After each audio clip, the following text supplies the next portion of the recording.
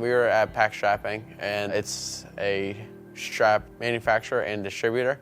And we are here to learn about how the packs are manufactured. Today we toured the warehouses and we learned a lot about how things are made, what that looks like. They kind of gave us an in-depth of basically everything of how it runs, like who they sell it to, how they sell it, how it all works. And we were talking to the general manager and then two of the employees that have been there for some around 30 years. Like the actual packages from Amazon or from wherever. That would be like a fulfillment center?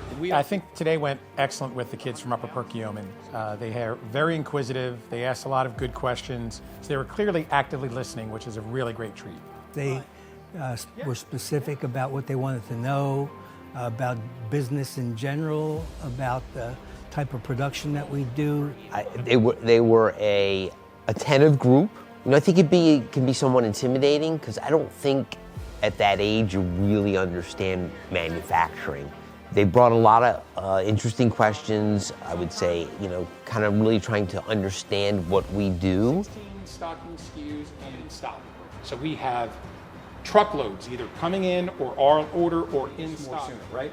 But that's our goal, is to always have. I chose to be here today so that I could find out more of what it looks like from the management side of what a packaging company looks like. I want to basically see as much as I can. So I'm looking to go to school for communications and journalism. I'm going to use this because they said they do a lot of social media. So I want to go into politics. I want to be Pennsylvania governor one day. And honestly, what I took from this was to listen to your employees and not to always, view yourself as perfect, because we're all human, we all have different needs, we have different wants, and treating people with basic respect and listening to what they need, that's important. That's how you keep employees. That's how you make people feel safe. Well, I want to go into psychology. Clear communication is kind of key, if you want to get stuff done and make sure there's nothing no mess ups or misunderstandings, you have to have a clear line of communication, and I'm going to take that with me everywhere I go. So I want to be an engineer when I'm older, leaning more towards biomedical and nuclear, but still even here with it's more mechanical, but I can still take those things that you learn in more mechanical engineering and they're all around the spectrum of engineering. So looking at the machines here, seeing how they spoke around people, I can take those soft skills and other things I've learned and apply them to that as well.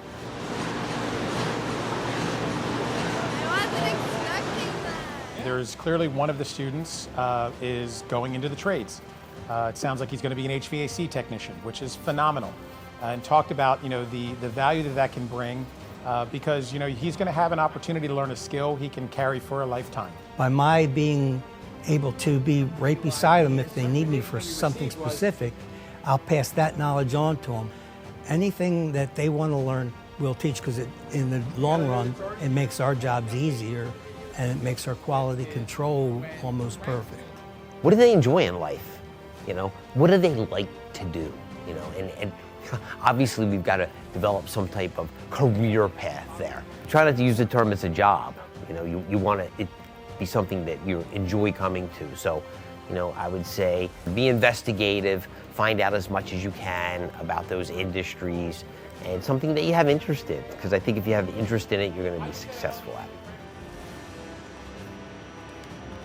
I load the strap by lifting up the handle. I realized it's not all just one big factory where people are sitting there making stamps and stuff. It was employees were actually smiling. This is still someone's workplace.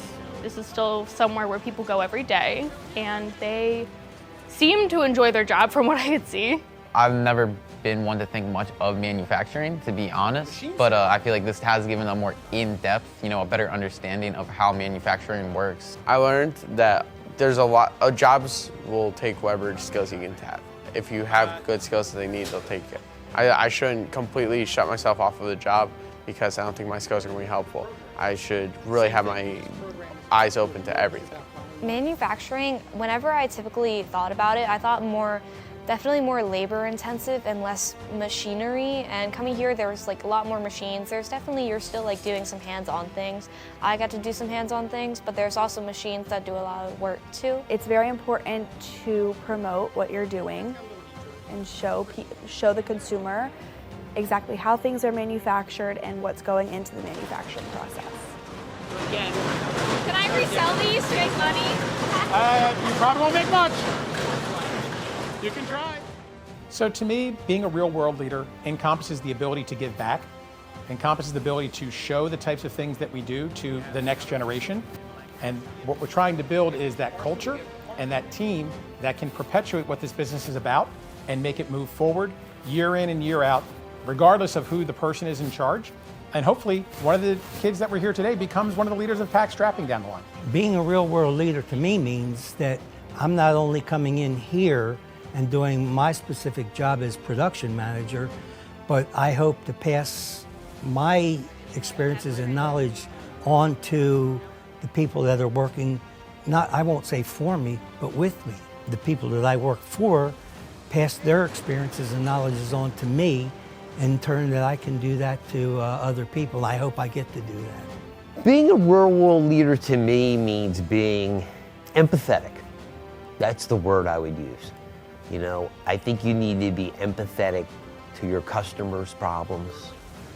I think if you can be empathetic and understand their situation and see things from their point of view. Being a real world leader to me means just being able to listen and care.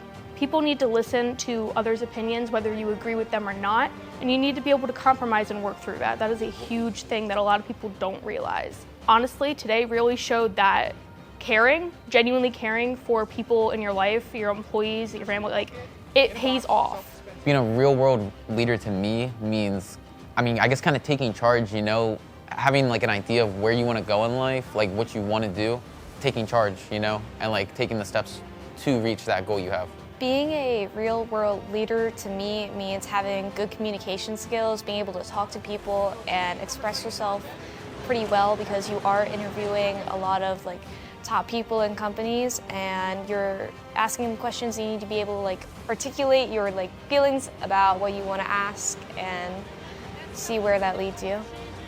Being a real world leader to me means being a leader in an atmosphere where it's a working environment and taking initiative and putting your skills to test.